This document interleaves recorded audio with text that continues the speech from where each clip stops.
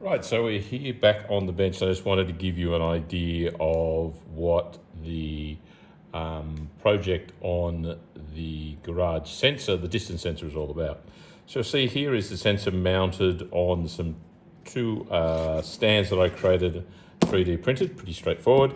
You'll see that the unit is simply mounted or rubber banded onto a mounting board here. That's just temporary while we do the prototype here. Makes it easy to get on, get off, and also to mount on those two 3D printed stands there. Now, if we have a look at the unit, you'll see you've got an Arduino controller underneath here. So the Arduino controller, standard Arduino controller underneath there. What I have built, or what I've printed out, a 3D print here, is like a shield that sits over the top of it. And then I have this daughter board. Now the daughter board basically has my LED display. That's my proximity LEDs that tell me how far or how close. The idea is the red are the two extremes, too close or too far, and the white in the middle is the desired, the optimal location. Now, also on that daughter board, you'll find that I have a switch, which is just located here. That's basically to put it into debug or to configuration mode. And over here is the pot, or the variable resistor, that allows me to, adjust the distance to suit a customized option. So I've coded it to a particular distance, and then the pot allows me to adjust that. Over on the right-hand side, we have the LED display, and we also have the actual distance sensor here, which is good to probably about 4 meters. So let me just power it on and give you an idea of what it kind of looks like, how it operates. So with the unit on here, you'll see that I get the boot wording, and then I also get all the LEDs turned on. The idea with that is to verify that they're all working. So when the unit's operating normally, not in debug mode, you'll see that we get a distance reading here, and we also get an indication on the LED as to how close or how far that is from our optimal location.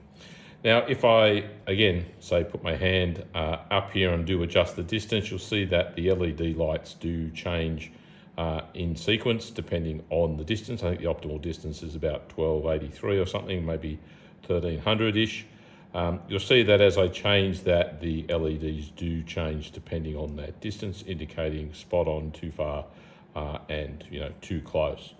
Now, if I go in here and I switch this into debug mode, so I just take this little switch here, and in debug mode, what we'll see here is that all the LEDs come on. The idea with that is to give us an indication that all the LEDs are working and functioning correctly. And you'll see I have the pot here. So if I go in and maybe adjust that pot down a bit, you'll see that I can change the delta of that, and that will add to or subtract from the optimal distance that I put in my code. So let me get this down to as close to 0 as I can. You'll see that we go to a minus number, but that's as close, I suppose, as I can get it. Now, when I've finished that and adjusted the pot, I would then go back out of debug mode simply by switching that LED once again, and the switch will then go back to, the device will go back to normal operation.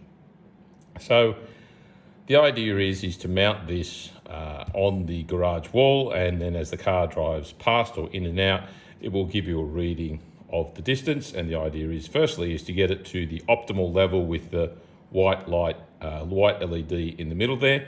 And then you can also, the secondary verification is going to be the distance readout here on the display here. Now, again, the indications are that I only wanted this as a prototype, proof of concept, to get the coding right. So all of that works. I'm happy with this as a prototype. What I'm not happy with is this daughter board here. It was quite onerous to configure. It's got additional components like resistors. Soldering it was a bit of a challenge given the limited space. So what I want to do in the next version is probably replace this whole daughter board with something better that will sit on top of the Arduino board itself and do LED display. I would keep these two items here, the LED display, sorry, the LED numeric display and the distance sensor, but I would probably raise those up to be the same level as whatever daughter board I put over the top there, and then that's going to make it much easier to basically package up.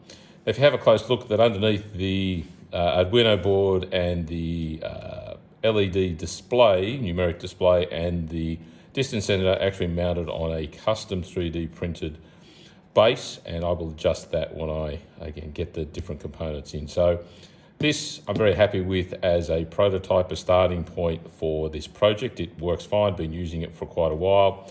The next update will probably be to remove this daughter board or update that so that I don't need to go in and create it manually and have all these solder points.